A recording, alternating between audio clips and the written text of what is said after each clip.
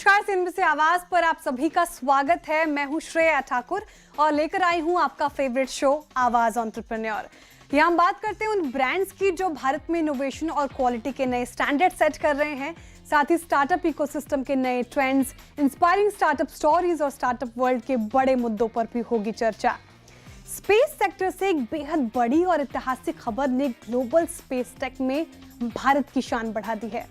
भारतीय space tech startup गैलेक्साई ने दुनिया का पहला ऑप्टोसार सैटेलाइट मिशन दृष्टि सफलतापूर्वक लॉन्च कर दिया है। एक ऐसी तकनीक जो अब बादलों के पार और अंधेरे में भी पृथ्वी की सटीक तस्वीरें लेने में सक्षम है। ये उपलब्धि न सिर्फ टेक्नोलॉजी के स्तर पर एक बड़ा ब्रेक थ्रू है, बल्कि ये भी दिखाती है कि भारत का प्राइवेट स्पेस सेक्टर ग्लोबल स्तर पर कैसे अपनी मजबूत पहचान बना रहा है। इसी खास मौके पर आज हमारे साथ हैं गैलेक्साई के फाउंडर और सीईओ सुयश सिंह, जिन्होंने अपनी टीम के साथ मिलकर इस इनोवेशन को हकीकत में बदला।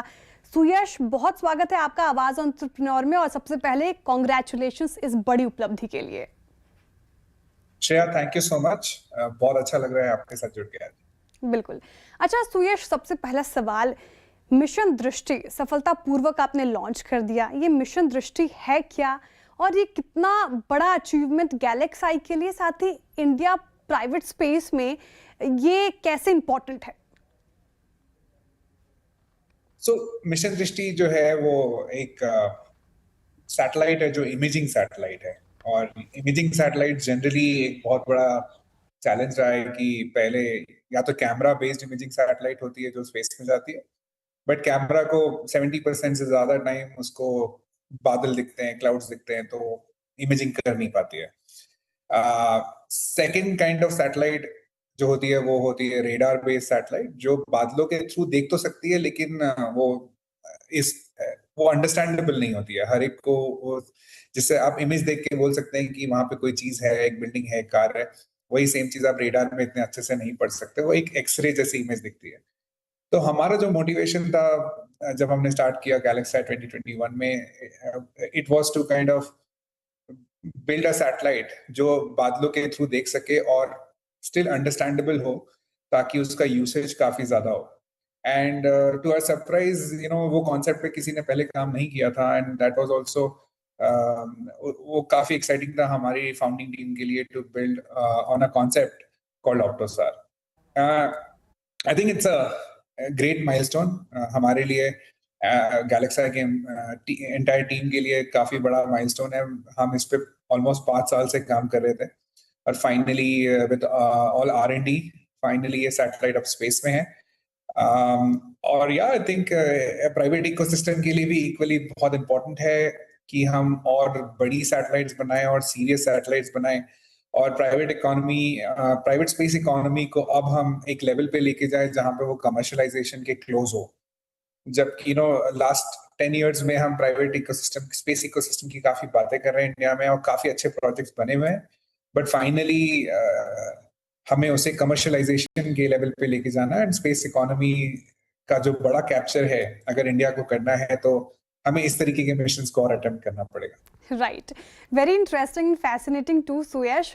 कमर्शियल टर्म्स पर मैं तो आपसे बाद में सवाल करूंगी, लेकिन आपने एक शब्द का जिक्र किया, ऑप्टोसार। इसको आसान भाषा में आवाज एंटरप्रेन्योर के दर्शकों को समझाएं कि ये क्या है और ये कैसे काम करता है। तो ऑप्टोसार एक यूनिक टेक्नोलॉजी है जिसमें हम एक कैमरा को और रेडार को मर्ज करते हैं, और ये दोनों सेंसर जो है ये दोनों अपने अपने तरीके से काम करता है स्पेस में। एक जो है वो वेरी सिमिलर टू कोई भी कैमरा जो हमारे फोन्स में होता है या हम जो कैमरास यूज करते हैं, ये उसकी तरह होता है जहां पे आप विजिबल इमेजेस को कैप्चर करते हैं। और जो रेडार है वो दूसरा सेंसर होता है जो टिपिकली क्लाउड्स के थ्रू देख सकता है। सो ऑप्टोसार जो कॉम्बिनेशन है उस वो उसको साथ में लेकर आना इज अ टेक्नोलॉजी जो एक यूजर को हेल्प करता है टू डू एनालिसिस कभी भी, रेन और शाइन, डे और नाइट। तो या तो बारिश हो रही हो, क्लाउड्स हो, नहीं हो, दिन हो या रात हो, उस टाइम पे भी इमेजरी को अवेलेबल कराना इस टेक्नोलॉजी का मेन पर्पस है। और ये टेक्नोलॉजी बनी उसके कॉम्बिनेशन से ही है, जहां हम एक रेडार विच इज सार और ऑप्टिकल को कंबाइन करते हैं और उनको सिंक्रोनाइज करते हैं। तो सिंक्रोनाइजेशन एक्चुअली उसका कोर टेक्नोलॉजी है, जिसको हमने इन अ वे R&D करके इन्वेंट किया for the last 5 years। Interesting और बहुत ही दिलचस्प समझ में आ रहा है मुझे सुयश। लेकिन अच्छा, आपने अभी मेंशन किया कि अर्थ ऑब्जर्वेशन और साथ ही ये सार टेक्नोलॉजी को एक ही सैटेलाइट प्लेटफॉर्म में इंटीग्रेट करना कितना डिफिकल्ट था, तो क्या टेक्निकली चैलेंजेस का आपको सामना करना पड़ा इसके लिए? काफी सारे टेक्निकल चैलेंजेस हैं जिसको हमको ओवरकम करना पड़ा।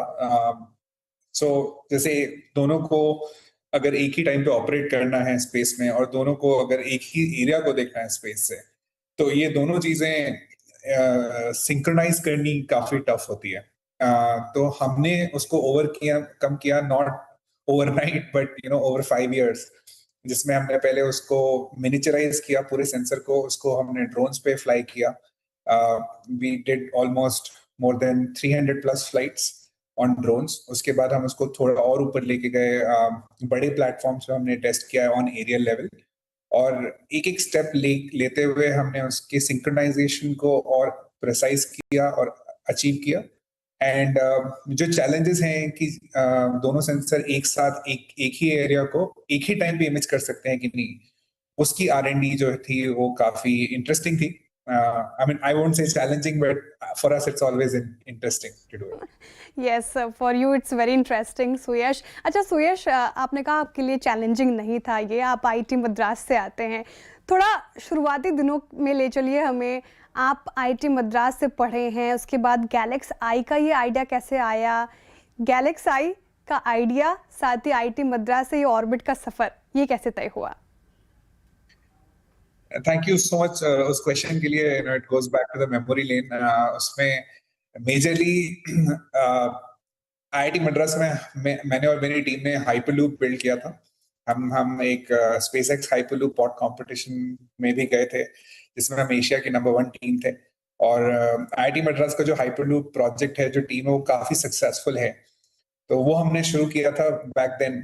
उसके बाद में जब हम लोग सब लोग सारे टीम मेंबर्स अपने अपने करियर में आगे बढ़ गए थे, तो मैं किसी पर्टिकुलर कंपनी के लिए काम करता था और वहां पे आई फाउंड कि जो सैटेलाइट इमेजरी है वो अभी यूज होती नहीं है एट स्केल।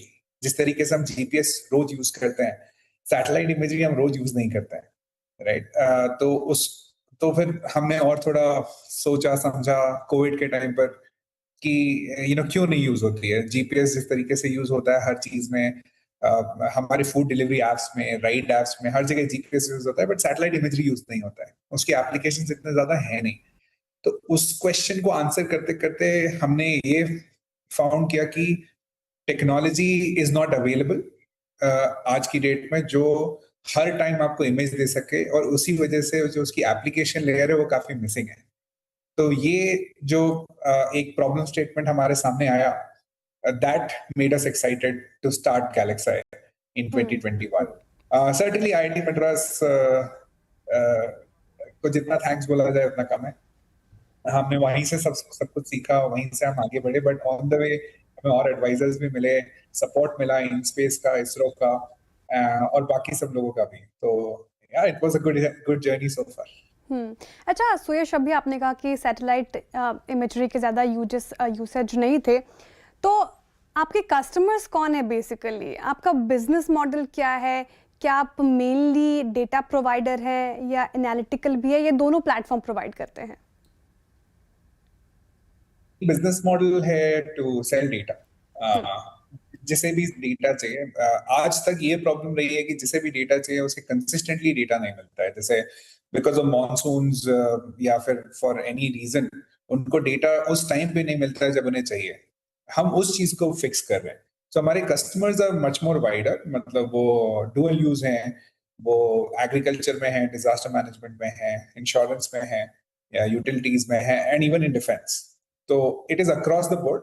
और सब जिसको भी डेटा चाहिए, जहां वो मॉनिटरिंग कर रहे हैं, या तो हेल्थ मॉनिटरिंग ऑफ क्रॉप्स, या फिर मॉनिटरिंग फॉर सर्वेलेंस, या for any other kind of monitoring that they are trying to do, they can get our data. तो हमारा जो डेटा है वो मेजरली स्पेस बेस्ड मॉनिटरिंग के लिए यूज होता है.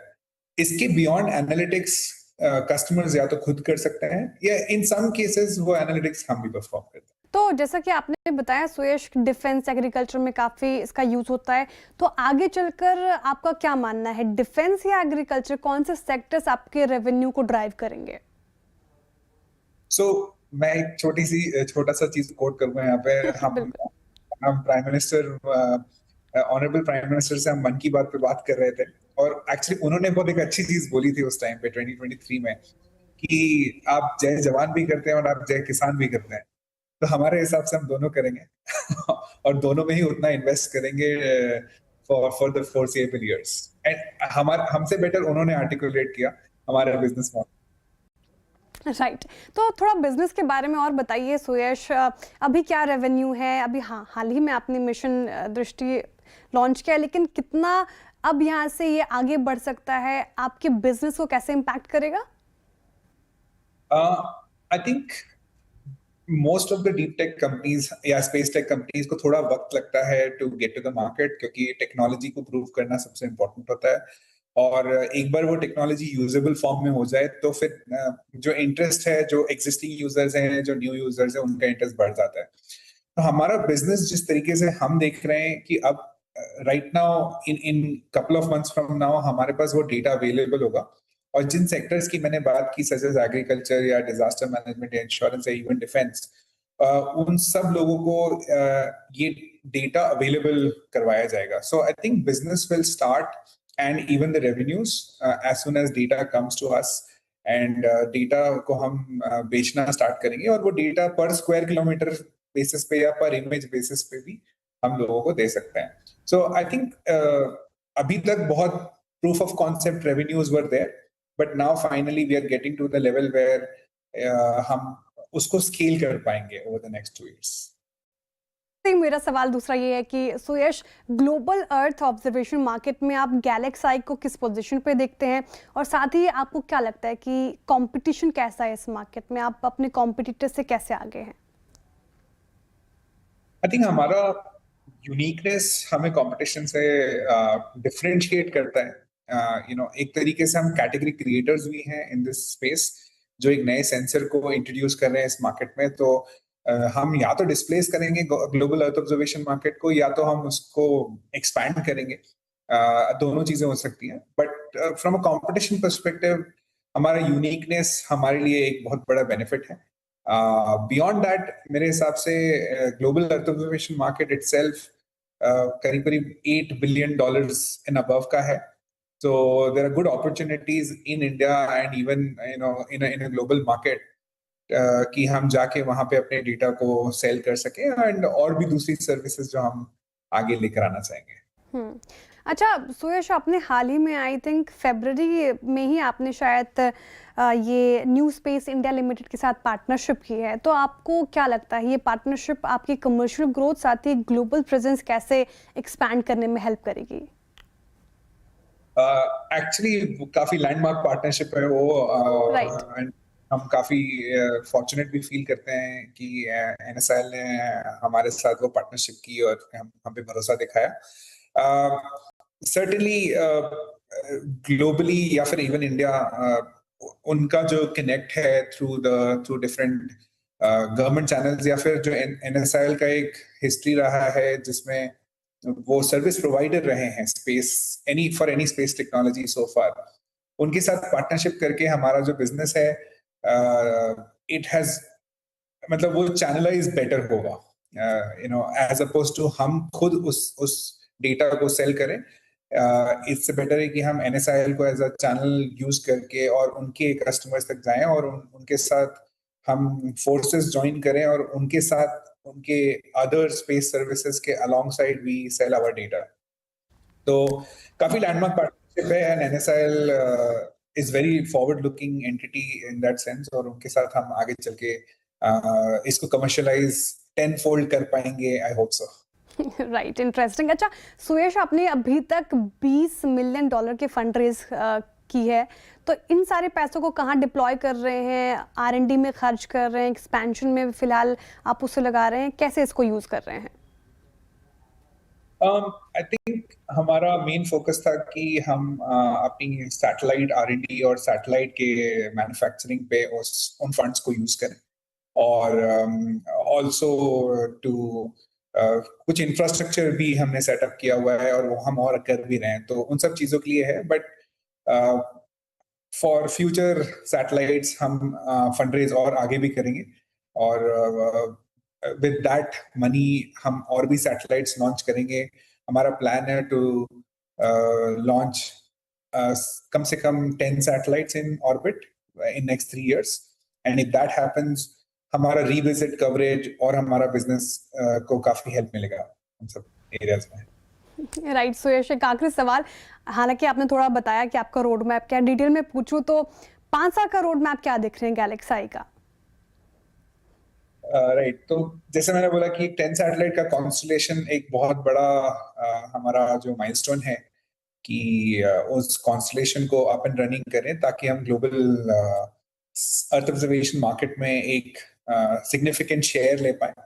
और ये कॉन्स्टलेशन हमें बहुत सारी चीजें देके जाएगा, जिसमें हम जैसे अभी हमारा सैटेलाइट कोई भी पॉइंट पे अर्थ में हर 7 से 10 दिन में आएगा। विथ कॉन्स्टलेशन या ग्रुप ऑफ सैटेलाइट्स हमारा सैटेलाइट हर दिन लगभग कोई भी पॉइंट पे आ सकता है अर्थ में, और वो रिविजिट टाइम्स को बेटर करेगा। और उसके अलावा हमारी मैन्युफैक्चरिंग फैसिलिटी को हम स्ट्रेंथन करेंगे over the next 5 years, and या trying to become the best global earth observation company from India. Right, and all the very best for that, Suyash. Thank you so much for joining us today. और मैं पूरी उम्मीद करती हूँ कि आप तमाम वो उपलब्धियां हासिल करें जो आप चाहते हैं. And thank you so much for joining us today. Thank you so much for having me here. That was a very wonderful conversation. लेकिन अब हो रहा है एक छोटी सी ब्रेक का वक्त. ब्रेक के बाद फिर हाजिर होंगे. आप बने रहिए CNBC आवाज के साथ.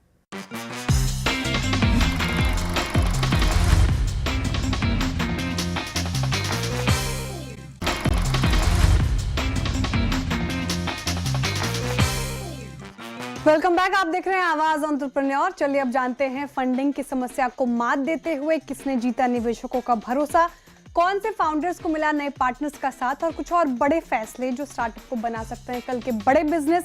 देखते हैं startup news in brief. Men's and kids ethnic wear brand Kisah ने सीरीज ए फंडिंग में करीब 35.9 करोड़ रुपए जुटाए हैं। इस राउंड को फायरसाइड वेंचर्स ने लीड किया है, जिसमें कुछ एंजल इन्वेस्टर्स ने भी हिस्सा लिया है। इसमें से फायरसाइड वेंचर्स ने 34 करोड़ रुपए का निवेश किया है, जो पहले ही मिल चुका है। बाकी रकम इंडिविजुअल इन्वेस्टर्स से जल्द आने की उम्मीद है। इससे पहले कंपनी ने 13 करोड़ रुपए जुटाए थे, जिसमें वाओ मोमो के को-फाउंडर सागर दरियानी समेत कई निवेशकों ने हिस्सा लिया था। किसा की शुरुआत 2018 में यश सरावगी और यशवी लाडासारिया ने की थी। ये ब्रांड जेनजी और मिलेनियल्स के लिए स्टाइलिश एथनिक कपड़े किफायती दामों पर देता है। कोलकाता की ये कंपनी पहले ऑनलाइन मार्केट प्लेस के जरिए काम करती थी, लेकिन अब ऑफलाइन और ऑनलाइन दोनों चैनलों पर ध्यान दे रही है। कंपनी का कारोबार भी तेजी से बढ़ रहा है। फाइनेंशियल ईयर 25 में इसका रेवेन्यू 65% बढ़कर 41.8 करोड़ रुपए हो गया, जो फाइनेंशियल ईयर 24 में 25.3 करोड़ रुपए था। वहीं मुनाफा भी 2 गुने से ज्यादा बढ़कर 2 करोड़ रुपए पहुंच गया है। घरों के कामकाज से जुड़ी इंस्टेंट सर्विस देने वाली स्टार्टअप प्रोंटो ने अपनी सीरीज बी फंडिंग को बढ़ाकर $45 मिलियन कर लिया है। कंपनी को ये नई $20 मिलियन की फंडिंग निवेशक लैची ग्रूम से मिली है। इस निवेश के बाद कंपनी की वैल्यू करीब $200 मिलियन पहुंच गई है, जो सिर्फ 1 महीने में 2 गुनी हो गई। इससे पहले प्रोंटो ने अपनी सीरीज बी का पहला हिस्सा $25 मिलियन में बंद किया था। कंपनी में General Catalyst, Bain Capital Ventures, Glade Brook Capital Partners, Epiq Capital और लैची ग्रूम जैसे निवेशक पहले से जुड़े हुए हैं। अब तक स्टार्टअप कुल मिलाकर करीब $60 मिलियन जुटा चुका है। सीरीज बी के पहले चरण के बाद इसकी रोजाना बुकिंग 18,000 से बढ़कर 26,000 हो गई है, यानी हर महीने करीब 7.8 लाख बुकिंग हो रही है। वहीं कंपनी के साथ काम करने वाले प्रोफेशनल्स की संख्या जनवरी में 1440 थी, जो पिछले 4 महीनों में बढ़कर 6,500 हो गई है। कंपनी का कहना है कि उसका प्लेटफॉर्म फिलहाल 65% से ज्यादा उपयोग में है। अगले 6 महीने में कंपनी मौजूदा शहरों में अपनी पकड़ मजबूत करने की योजना बना रही है। साथ ही उसने बेंगलुरु के कुछ इलाकों में कार वॉश, गार्डनिंग और होम कुक जैसी नई सेवाएं भी शुरू की हैं। भाविश अग्रवाल के एआई स्टार्टअप कृत्रिम ने अपना फोकस बदलकर एआई क्लाउड सर्विसेज पर कर लिया है। कंपनी ने फाइनेंशियल ईयर 26 में करीब 300 करोड़ रुपए की कमाई की है, जो पिछले साल से लगभग 3 गुना ज्यादा है। कंपनी ने पहले अपने बड़े लैंग्वेज मॉडल और सेमीकंडक्टर चिप बनाने की योजना बनाई थी, लेकिन अब वो इनसे पीछे हट गई है। अब उसका ध्यान एआई इंफ्रास्ट्रक्चर देने पर है, जैसे क्लाउड कंप्यूटिंग और बिजनेस के लिए जरूरी टूल्स। इस बदलाव का फायदा कंपनी को मिल रहा है। कंपनी इस साल मुनाफे में आ गई है और अब कम खर्च में बेहतर तरीके से काम कर रही है। कृत्रिम ने अपना एआई क्लाउड प्लेटफॉर्म तैयार कर लिया है और ये पहले से ही 25 से ज्यादा एंटरप्राइज क्लाइंट्स के साथ काम कर रही है। इनमें मोबिलिटी, फिनटेक और ई-कॉमर्स जैसे सेक्टर शामिल हैं। जीपीयू बेस्ड कंप्यूटिंग की बढ़ती मांग ने इस बिजनेस को सहारा दिया है। अब कंपनी लंबे समय के रिसर्च प्रोजेक्ट्स पर ज्यादा खर्च करने के बजाय उन कामों पर ध्यान दे रही है जहां से जल्दी कमाई हो सके। कृत्रिम अब ऐसे क्षेत्र में उतर रही है जहां भारत में कई स्टार्टअप्स एआई इंफ्रास्ट्रक्चर बनाने की कोशिश कर रहे हैं, क्योंकि लोकल क्लाउड और कंप्यूट सॉल्यूशंस की मांग तेजी से बढ़ रही है। मिल्की मिस्ट डेयरी फूड ने आईपीओ से पहले करीब 482 करोड़ रुपए जुटाए हैं। ये निवेश टेमासेक होल्डिंग की सहायक कंपनी जोंगसोंग इन्वेस्टमेंट से आया है। इस फंडिंग में 357 करोड़ रुपए का नया निवेश शामिल है, जबकि 125 करोड़ रुपए के शेयर कंपनी के प्रमोटर सतीश कुमार टी और अनीता एस ने बेचे हैं। ये निवेश उस समय आया है जब कंपनी को 6 महीने पहले सेबी से आईपीओ के लिए मंजूरी मिल चुकी है। कंपनी के कारोबार की बात करें तो फाइनेंशियल ईयर 25 में इसका रेवेन्यू 29% बढ़कर 2,349 करोड़ रुपए हो गया, जो फाइनेंशियल ईयर 24 में 1,822 करोड़ रुपए था। वही मुनाफा भी 19 करोड़ से बढ़कर 46 करोड़ रुपए हो गया, यानी करीब 2.5 गुना से ज्यादा की बढ़त। तमिलनाडु की इस कंपनी का फोकस प्रीमियम डेयरी प्रोडक्ट्स जैसे पनीर, चीज, दही, आइसक्रीम, मक्खन और घी पर है। ये कंपनी दूध नहीं बेचती, जिससे इसे बेहतर मार्जिन और मजबूत ब्रांड पोजीशनिंग मिलती है। आईपीओ से मिलने वाले पैसे का इस्तेमाल कर्ज चुकाने, उत्पादन बढ़ाने और पेरुंदुरई प्लांट को अपग्रेड करने में किया जाएगा। साथ ही कोल्ड चेन और डिस्ट्रीब्यूशन नेटवर्क को भी मजबूत किया जाएगा। आज का ये शो आपको कैसा लगा, हमें जरूर बताएं। आपके फीडबैक हमें पोस्ट करें CNBC आवाज के सोशल मीडिया प्लेटफॉर्म्स पर, या हमें ईमेल करें ae@nw18.com पर। अगले हफ्ते फिर मुलाकात होगी कुछ नए बिजनेस आइडियाज के साथ। तब तक के लिए मुझे दीजिए इजाजत और देखते रहिए CNBC आवाज।